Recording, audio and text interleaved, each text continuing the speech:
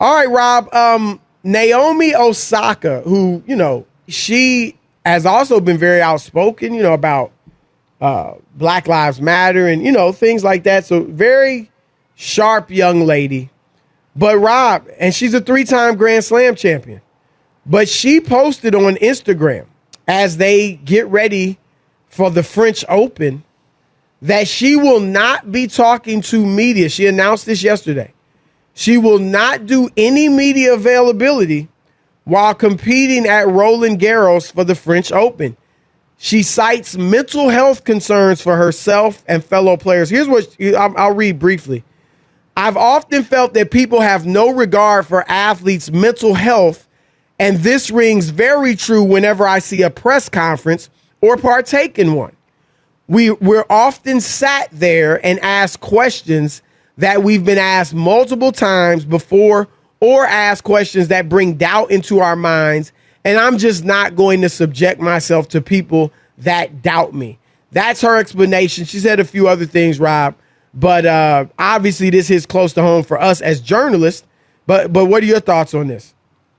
If I was running the French Open, I'd tell her to stay home. I'd tell her, take care of your mental health. You can't come here and not participate in what we do. Writers who cover our sport come from all over the world to cover the French Open, Chris. The world, yes. All right, all over the world, and they come here for tennis fans. It ain't about us. I wish these athletes would stop this attack of the media as if we're the worst people on earth. You would be afraid to live in this world without the gatekeepers and the people who are watching out for the small man and the little man in this world. And this whole notion that it's so mentally taxing to answer a few questions about tennis so that your fans know how you feel and what's going on going into the match and all the other stuff in recorded history, Chris. Can you imagine somebody coming over and asking, about, American history and things that went on to chronicle it? Like it's such a nuisance. Oh my God, I don't want to answer the question about how I'm feeling or how good is my backhand or how confident am I going in trying to win a major. Oh, it's so taxing. And I'm not trying to make light of her talking about her mental health, because if she has issues, stay home and get well. You signed up for this. This is what you signed up for, Chris. Go work at the post office, and people won't ask you questions other than how much is a stamp or can I get an envelope with a stamp on it? Those are the questions that are asked at work. Can you imagine being at the post office? Stop asking me questions. I don't want to answer questions. That's where we got the term going postal, right? Right. But you know what I'm saying? Yeah. This comes with the job. I can't take it anymore. Really? It's that much of a nuisance that you can't answer a few questions? No, what, Chris? Come out, answer a few questions, and go on with your life. It's 10 or 15 minutes of your day. Is it really that taxing, Chris? You've been doing this for 25, 30 years. Is it that taxing? Come on. No, look, I'm with you, Rob. And I think there's a lot of things going on here.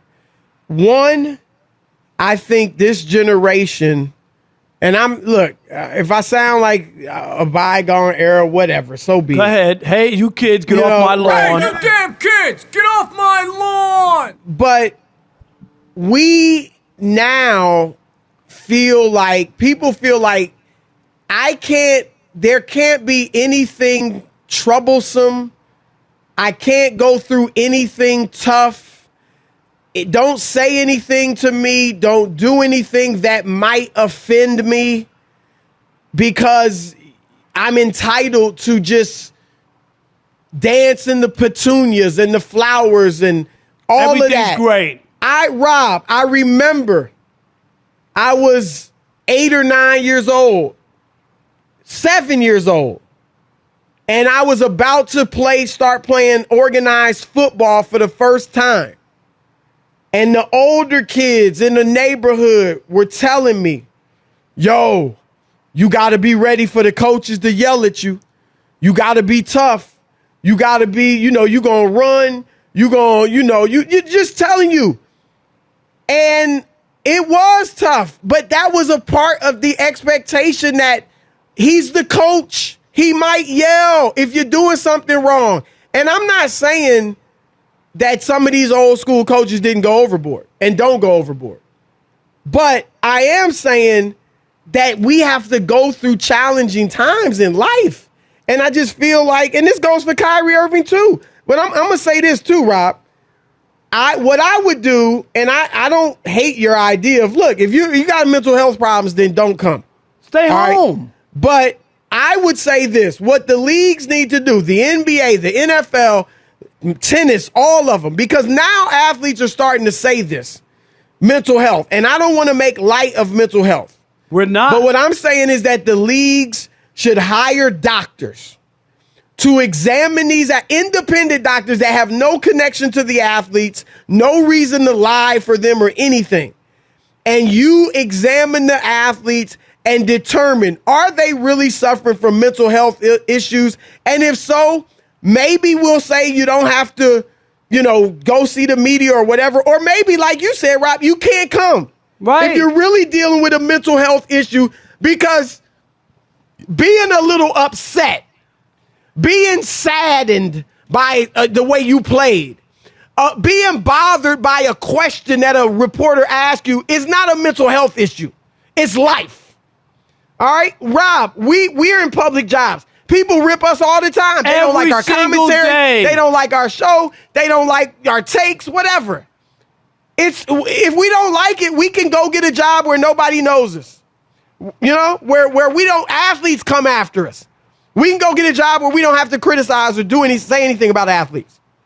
It comes with the territory. And I'm going to read this to you. I'm on psychiatry.org, Rob. Okay. These are the signs and symptoms of someone who's dealing with mental health issues. Your sleep or your appetite dramatically changes. Okay. Okay? You have mood swings, rapid and dramatic shifts in your emotions and depressed feelings.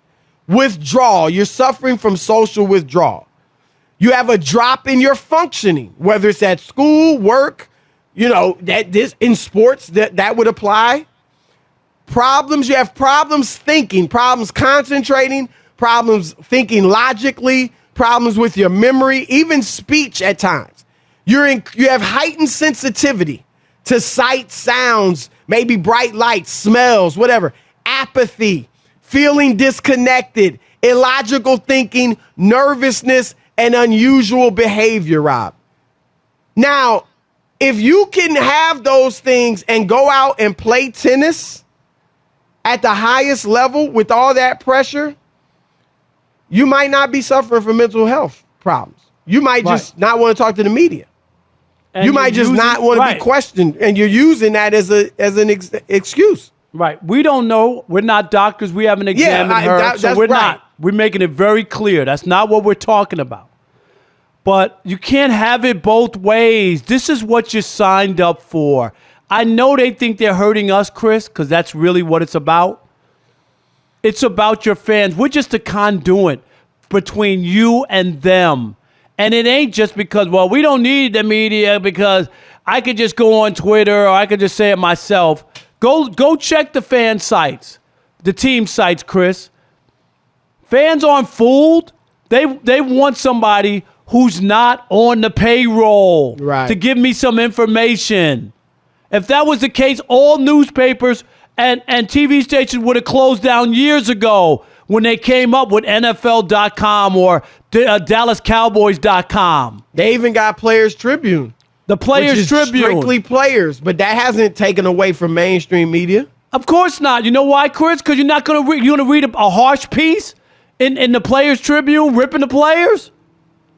It's all roses. Come on, nobody wants that life. They do give some good stories, obviously, about how they're feeling and thinking, yes. Which is good. But they don't get challenged. That's what you're saying. That's what I'm saying. Right. And that's what we want. That's all, to be challenged. Don't tell me that if your team was 0-16 and you went to DetroitLions.com, Chris, there's a story about the coach being fired or the general manager or what's wrong with the team, right? Are you going to read that on DetroitLions.com? No, you're not. No. All right, this is interesting, man. Because we are not making light at all about mental health. And maybe she does suffer from it. And maybe Kyrie Irving does suffer from it. But let's start making it official, because you can't just throw it out there. You're doing a disservice to those, and maybe, like I said, maybe they really have it. But if you don't, you may be doing a disservice to those who really do suffer from true mental health issues. So